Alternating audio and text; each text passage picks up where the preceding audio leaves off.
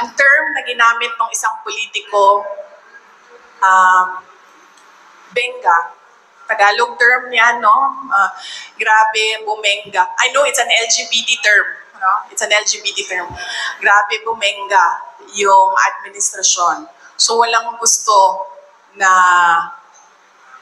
makita or malaman na kaibigan ko sila or kakampis ko sila or supporters nila ako. So that would make it easier for me since makakapagpahinga ako sa kampanya dahil from 2016 to 2019 to 2022 nangampanya ako. And this time around, since hindi naman ako kandidato, makakapagpahinga ako sa kampanya, makakatutok din ako sa trabaho namin sa Office of the Vice President. And then of course, makakatutok ako sa committee hearings, kung meron pang committee hearings na darating sa susunod na taon sa campaign period. Pwede pa, ma'am? Yes, sir. Pwede pa, sir. Saan yung mga kasama ko? Pwede pa? Okay, I'm Max Daman, no? Election TV News Online. Ang katanungan ko po sa inyo, ma'am, ay itong threat ay nangyari sa inyo. Seryoso ba ito o wala? Mga political... Serious ito, sir. Nakita mo si Marcos Sr. Nakita mo kung paano nila, anong ginawa. I'm sure nakita mo yun, sir. Kasi kaming edad namin, di namin nakita. Nakita mo, sir? Naabutan mo? Yes, sir. Oo. So, very serious ito. This is not a,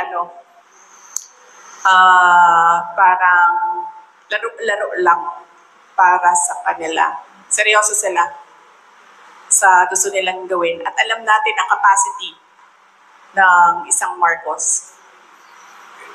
Okay, madam, tinulungan ko ang tatay mo nung panahon niya tumakbo, and then ikaw naman, mayroong anak naman. Tinulungan niya ako. Tinulungan ko siya noong 2016. Tapos tutulungan pa niya ako sa 2028. Hindi ko alam. Dahil noong 2022, wala. Noong 2022, wala siyang active help na ginawa. Sinabi lang niya na kaya niya yan. Na yun din ang sinasabi niya hanggang ngayon, kaya niya yan. So heartwarming, no? Pag ang magulang mo, ganyan lang yung sinasabi, kaya mo yan. Wala man lang parang, uy, kawawa ka naman. Uy, parang anong matutulong ko? Uy, kailangan mo ba ng doktor, abogado?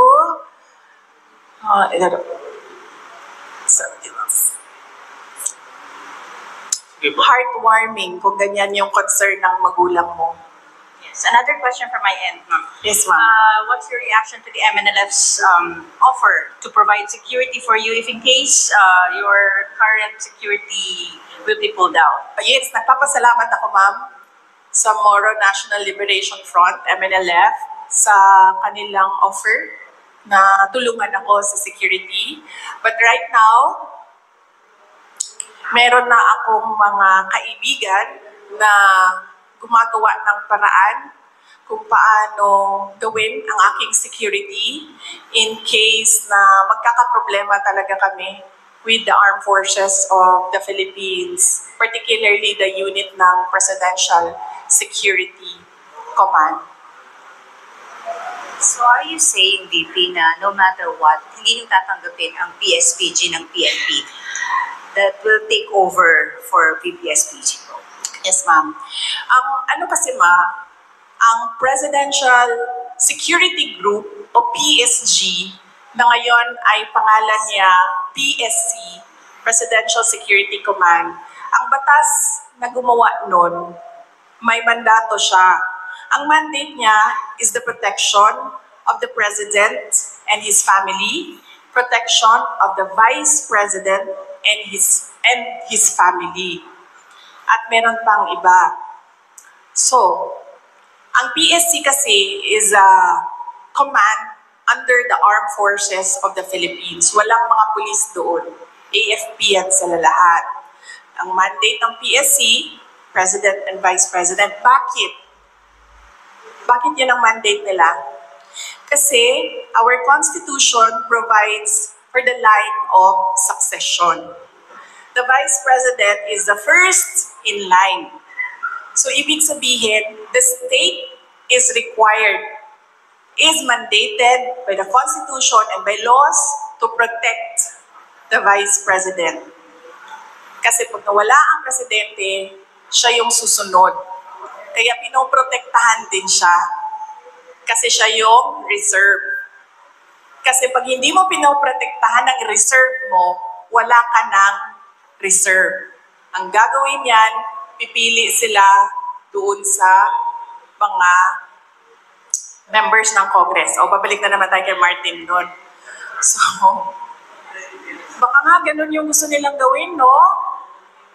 Hindi na sila masusunod sa Constitution para na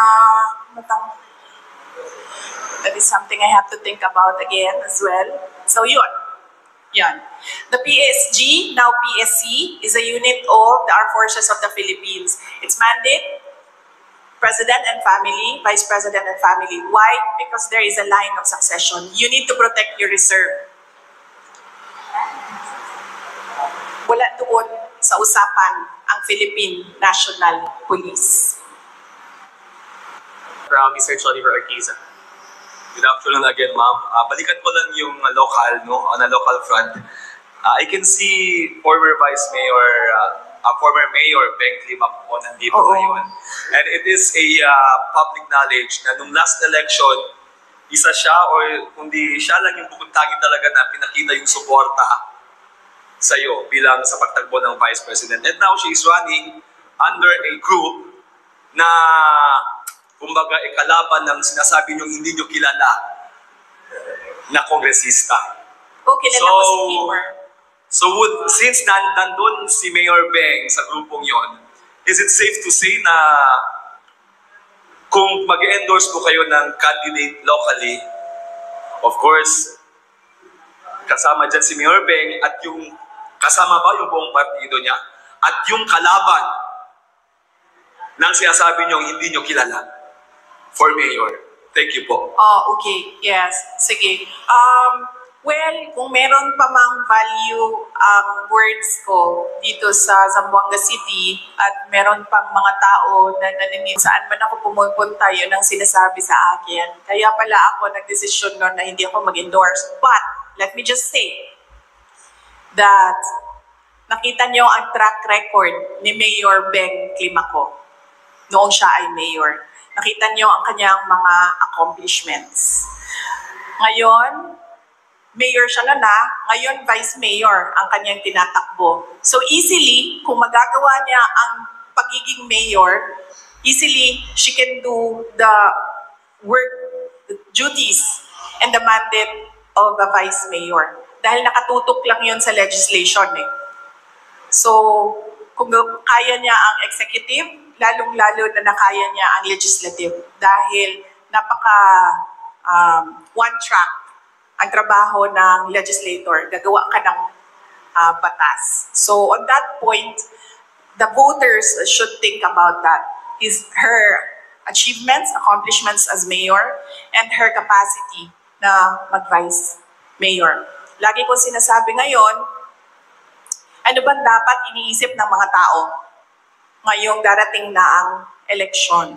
Unang-una, pangako. Huwag na kayong maniwala sa pangako, ha?